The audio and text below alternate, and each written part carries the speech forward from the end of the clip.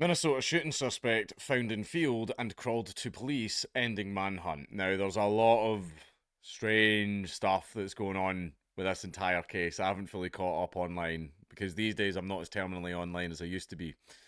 It's nice. But anyway, a man has been arrested on suspicion of killing a Democratic state lawmaker and her husband after a 2 day manhunt in the US state of Minnesota.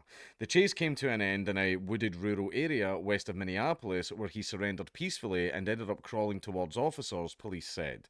Vance Luther Bolter, 57, is charged with killing Melissa Hortman, a Minnesota Democrat, and her husband Mark. State Governor Tim Walz called it a politically motivated assassination. He is also alleged to have shot and wounded Democratic State Senator John Hoffman and his wife Yvette, who are both now awake in hospital. Mrs. Hoffman said on Sunday that both felt incredibly lucky to be alive as they had been hit by 17 bullets between them in the name. She and her husband had been gutted and devastated by the Hortmans' deaths. Mrs. Hoffman added in her statement, "We have no words," she wrote. "There is never a place for this kind of political hate." Mr. Bolter faces 2 counts of second degree murder and 2 counts of second degree attempted murder. Second degree. This is curious. Anyway, he is due to appear in court in Minneapolis at 13:30 local time on Monday. The suspect is a former political appointee and was once a member of the same state workforce development board as John Hoffman. However, it is unclear if they actually knew each other. Police have not suggested what the alleged killer's motive might have been, but US Senator Amy Klobuchar has joined Governor Walz in suggesting the attacks were politically motivated. Officials said on Sunday that Vance Luther Bolter was detained after investigators found a car he had used in Sibley County about 50 miles from the murder scene in Brooklyn Park. Air and SWAT teams were deployed to arrest the suspect following a huge manhunt that was described as the largest in Minnesota's history. No police officers were injured during his apprehension, and officials said that they were not looking for any other suspects. Mr. Bolter's wife was earlier detained in a traffic stop but was released because she cooperated with investigators. Speaking at a press conference with other local officials on Sunday night, Governor Walz said that the attack was an unspeakable act that had altered the state of Minnesota. "This cannot be the norm. It cannot be the way that we deal with our political differences," Waltz said. Mayor of Minneapolis, Jacob Frey, praised the skill and bravery of law enforcement agencies following the suspect's arrest. "Political violence is abhorrent," he added. Vance Luther Bolter is accused of impersonating a police officer to carry out the attacks on Saturday before exchanging fire with police officers and fleeing from the suburban area. Now, the fucky wucky that's happening here is you've seen the pictures of the guy with like the rubber old man mask dressed as a police officer on the Ring doorbell. Uh, and I've seen jokes of people going, people see this shit on their Ring doorbell and still open the fucking door and all that. And as soon as they open the door, they open fire. The guy opened fire. But basically, the guy that's arrested, his body weight and the other people that they're looking at, it doesn't match the frame and build of the person that was seen at the door. So people are either suggesting multiple gunmen or a little bit of an MK Ultra situation, but I'll leave all that up to you to argue about in the comments. Melissa Hortman had served the Minnesota House of Representatives for 20 years and was Speaker of the Chamber from 2019 to 2025. As well as having some political involvement, Mr. Bolter is a security contractor and religious missionary who has worked in Africa and the Middle East. His online CV says, according to Facebook photos, he once preached as a church pastor in the Democratic Republic of Congo. And people are basically looking at all this stuff, and apparently it's dead sussy wussy. Right, so basically, I'm just reading the article. I'm not actually saying anything outright, but basically, a lot of this might be complete lies, or it might be a total setup. I'm not sure. Argue about it in the comments. Investigators reportedly found a list of targets in the vehicle that he is thought to have driven. That he is thought to have driven for the alleged shootings.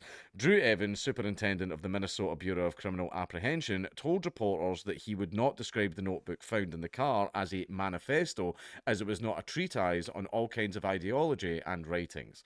Now, the theory is that some people are saying this guy was a Republican. Oh yeah, the Democrat people are getting murdered now and all that, but might not be the case.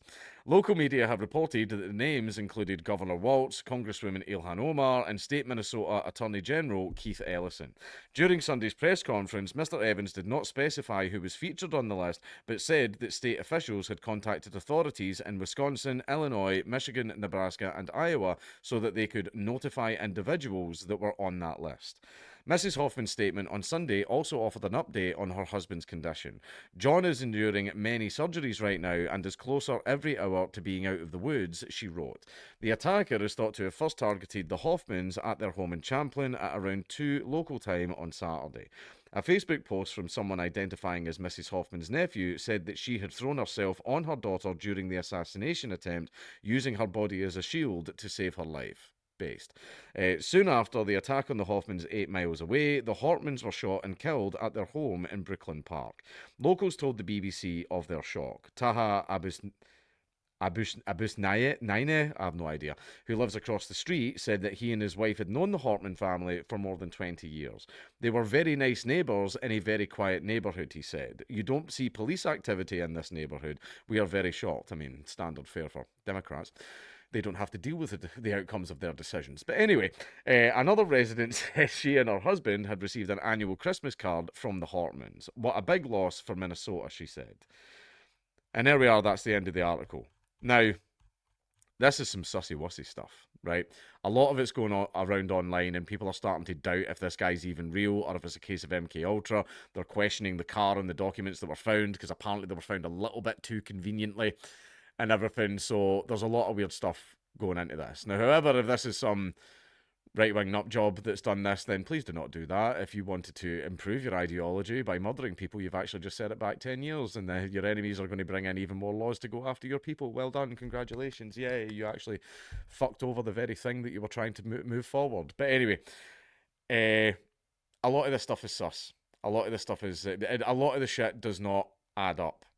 The main thing that people are pointing out is basically the build of the man who was on the Ring doorbells does not match the build of the man that has been arrested. Right? And there's a lot, and people are even finding CCTV of the guy at his house going back and forward to his car, and it seems that he drove it to that spot, then abandoned it, and then went back to his house. And all this stuff, and it's just, a lot of the stuff is really, really weird. And some people are basically saying it's a false flag. Right? Maybe these people had some insider information on the Clintons and they thought, oh, well, two birds, one stone. We get to get rid of these annoying little people that know too much about us, and we also get to demonize our enemies in the process. Maybe that's the case. Maybe it is. I don't know, because I'm not as terminally online anymore. That's why people were like, I saw some people raging that I didn't cover the LA riots. It's because I'm not as terminally online anymore. Right? There's certain subjects that I can cover as I'm known to do. I'm very hot on the button when it comes to subjects like this. I don't cover stories like 2 weeks later anymore. I'm very good at it now.